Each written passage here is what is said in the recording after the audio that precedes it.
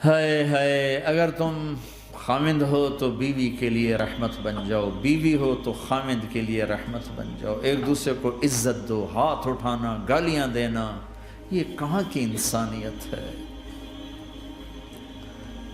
پھر ہمارا معاشرہ جوائنٹ فیملی سسٹم ہے، ساس ہو کر سسر ہو کر بچے اور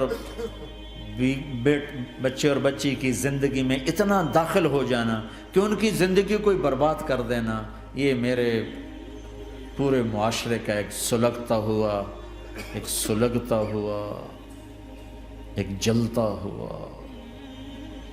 دکھ دیتا ہوا، یہ ایک اتنا بڑا روگ ہے کہ میں کتنے ہی آنسو بہاؤں تو میں اس غم کا حق نہیں ادا کر سکتا جو ہر گھر میں لڑائی ہے، ساس اور سسر کا بے جا دخل بچی کی زندگی میں، اس نے گھروں کو آگ لگا دی ہے۔ ہمارے پڑوسی ذمہ دار ہیں، ان پڑھ ہیں بڑے ذمہ دار، تعلیم اتنی نہیں ہے، تو ان کے ایک بچے کا میں نکاح پڑھانے گیا تو ان کے والد بیٹھے تھے نکاح سے پہلے، ایسے ہی تو مجھ سے کہنے لگے مولانا صاحب میری بیوی نے مجھ سے کہا کہ دیکھو ہم دونوں عمر گزار چکے ہیں، تو ایسا کرو اپنے بیٹے کا گھر الگ بناؤ اور اس کی بیگم کو وہاں لے کر آؤ، اگر یہاں لے کر آؤ گے تو ہم دونوں کہیں ان کی زندگی خراب نہ کر بیٹھیں اور ان کی زندگی میں دخل دے دے کر کہیں ان کی زندگی کو تنگ نہ کر دیں، میرے بیٹے کا الگ گھر بنا، وہاں اس کی بیگم لوگ کے لے کر آ تاکہ ہم ان کی زندگی میں داخل نہ ہو سکیں۔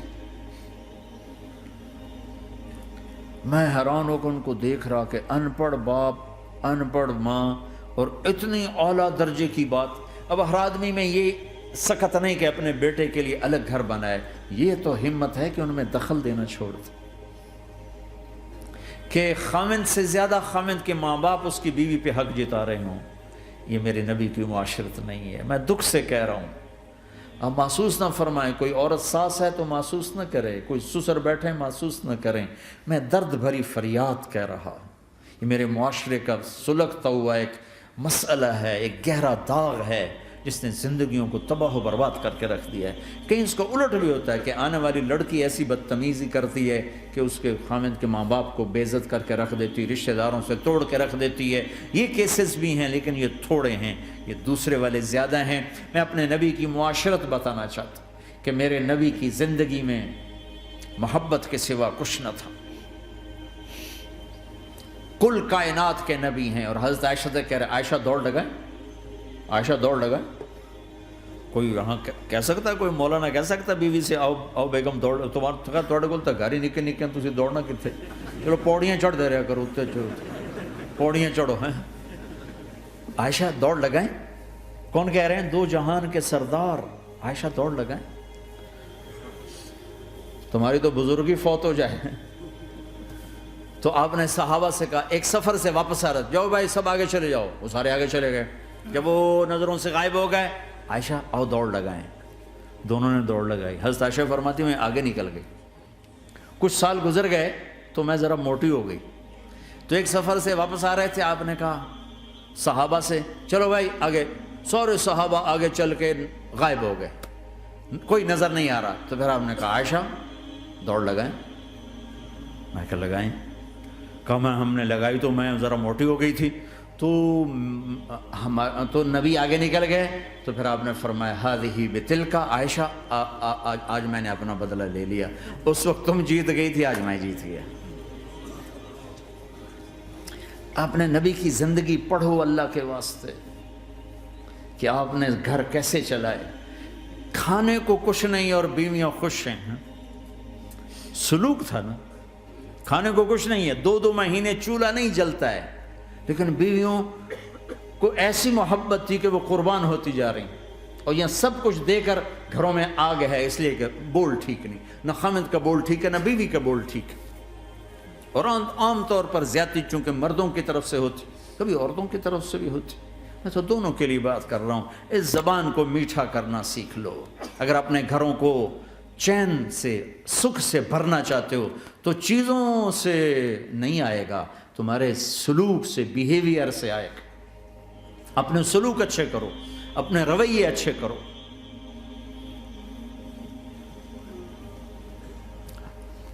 مسجد نبوی میں حبشہ کے لوگ، ایتھوپیا، وہ کر رہے تھے چھوٹے چھوٹے خنجر، اس کے ساتھ نا وہ رقص کر رہے تھے۔ تو حضرت عائشہ کے کان میں آواز پڑے کہ یا رسول اللہ میں نے دیکھنا ہے۔ تو کوئی ہمارے ایسا ہوتا کہتا تو لایا نہیں کرتی، فضول کام دیکھتی، تو نبی کی بیوی کو چل بیٹھ قرآن پڑھ، چل مصلی پہ بیٹھ جا، چل تسبیح پڑھ۔ تجھے خیال کیسے آیا، دنیا میں دین مٹ رہا ہے، تمہیں خیال کیسے آیا کہ تو تماشا دیکھتی ہے؟ آپ نے کہا آؤ دیکھتے ہیں۔ خود آپ دروازے میں کھڑے ہو گئے اور عائشہ کو پیچھے کھڑا کر لیا۔ تو عائشہ رضی اللہ فرماتی میں آپ کے پردے میں کھڑی ہو کر میں دیکھتی رہی یہاں تک کہ آپ تھک گئے، ہمارے نبی تھک گئے، اور تھک کے نا کبھی یوں ہو جاتے،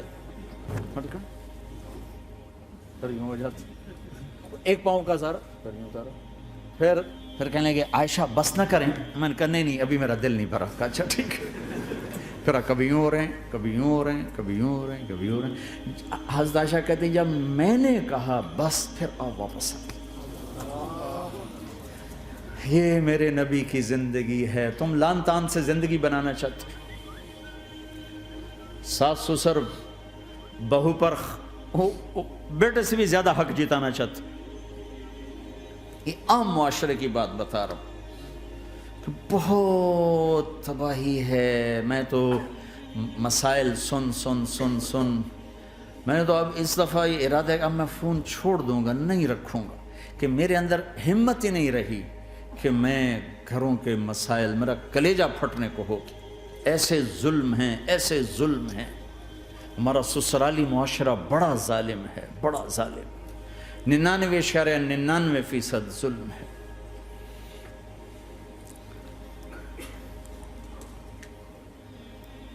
یہاں آنے سے پہلے ایک بچی کی پنڈی سے اس کا فون آیا کہ سسرال نے کہا تھا بچی ہوئی تو طلاق دے دیں گے۔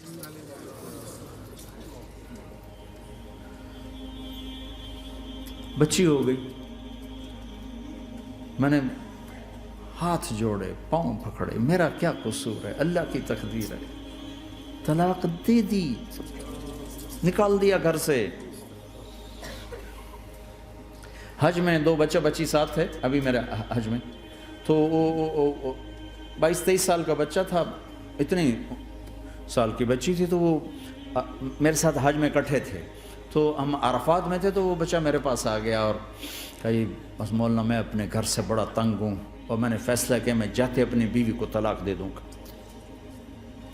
میں نے کہا شادی کتنا عرصہ کا؟ 3 سال۔ میں نے کہا بیٹا ایسا نہ کرو، میں جب حج سے ہم واپس جائیں گے نا عزیزیہ میں، تو تم دونوں میاں بیوی میرے پاس آنا۔ تو ہم جب واپس گئے تو میں نے پہلے اس کی بچی کو بلایا اور وہ خود ہی ملنے آ گئے کہ میرے کچھ مسائل ہیں۔ پھر اس نے بیچارے نے اپنا دکھڑا شروع کیا، تو کہا جی 1 سال بچہ نہیں ہوا تو میری ساس نے مجھے اتنا ذلیل کیا، سسرال نے، یہ تو بانجھ ہے، یہ تو بانجھ ہے، اس کا تو ہونا ہی نہیں ہے، اور اتنے تانے کہ میرے ماں باپ بھی رو برا حال، میرا رو برا حال۔ پھر آخر یہ ہوا کہ چلو میڈیکلی دیکھا جائے، ٹیسٹ کیا گیا تو فالٹ بچے میں نکلا، میں تو کلیئر تھی، تو پھر میری ساس کی ٹیپ بدل گئی۔ تو تقدیر ہے، تقدیر میں لکھا تھا ایسے ہی، تقدیر ہے، اب تقدیر آ گئی، اللہ کی رضا پہ پہلے اس کو ذلیل کیا ہوا تھا، اور جب بیٹے میں فالٹ نکلا تو اب یہ تو تقدیر ہے، تو اللہ کی رضا پہ راضی ہو جائے۔ یہ چھوٹے چھوٹے مسائل۔ جب میں نے تھوڑی سی ان سے سٹنگ کی تو ابھی میں اس سے فون سے ان ٹچ ہوں کہ کہیں یہ پھر بے وقوفی نہ کر بیٹھے۔ کہا مولانا ہمارا گھر سکھی ہو گیا پر ماں باپ دونوں ناراض ہو گئے۔ میں نے ان کی ناراضگی کی فکر نہ کر، انہیں راضی کرنا تیرے ذمے، تیری بیوی کے ذمے نہیں ہے، تو اپنا حسن سلوک باقی رکھ۔ اس حد تک یہ ہمارے گھروں میں جو نہ جاننے کی وجہ سے دیکھو تمہارے یہاں ٹریفک کا سسٹم کتنا اچھا ہے، 10,000 گاڑیاں چل رہی ہوں، ٹریفک بلاک نہیں ہوتی، چل رہی ہوتی، چونکہ ہر آدمی اپنی لائن میں چل رہا ہے۔ اور ہمارے پاکستان میں 10 گاڑیاں کٹھی ہو کے سر پھنسا کے کھڑی ہو جاتی ہیں، ساری رات کھلوتے رہتے ہیں، راہ نہیں دیتے، کھلوتے ہیں کئی دفعہ او تو ہٹ او تو ہٹ او تو پیچھے ہو 200 گاڑیاں ادھر 200 ادھر. یہ چونکہ میں روز سڑکوں پہ چلتا ہوں، روز یہ تماشا دیکھتا ہوں. اگر تم اپنی لائن میں رہو تو کوئی فساد ہی نہیں. جب تم اپنا بیریئر کراس کرتے ہو پھر فساد شروع ہو جاتا.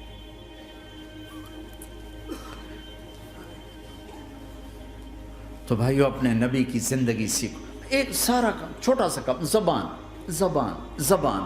غیبت چھوڑ دو، جھوٹ چھوڑ دو، گالی چھوڑ دو، تانا چھوڑ دو، طنز چھوڑ دو، برا بھلا کہنا چھوڑ دو، بلکہ حوصلہ افزائی کرو، تعریف کرو. ایک ہماری دھوبن تھی ماسی شریفہ، مرحوم 85 میں فوت ہوئی، سن 85، بہت لڑاکی تھی. تو وہ آگے ایک دن میری بہن کے پاس کہنے لگی بی بی میری یہ نوہ میں نال بڑا لڑتی آپ تھی، میں نے کوئی تویز دے ساریا میری یہ نوکر بن گیا. تو وہ میری بہن نے ایسے نا ایک کاغذ پر نا وہ کل لکیریں لکونے لگا کے تو ایسے بالکل رول کر کے کہا کہ ماسی شریفہ جب تیری لڑائی شروع ہو نا تو تو نے یہ تعویذ یہاں رکھنا ہے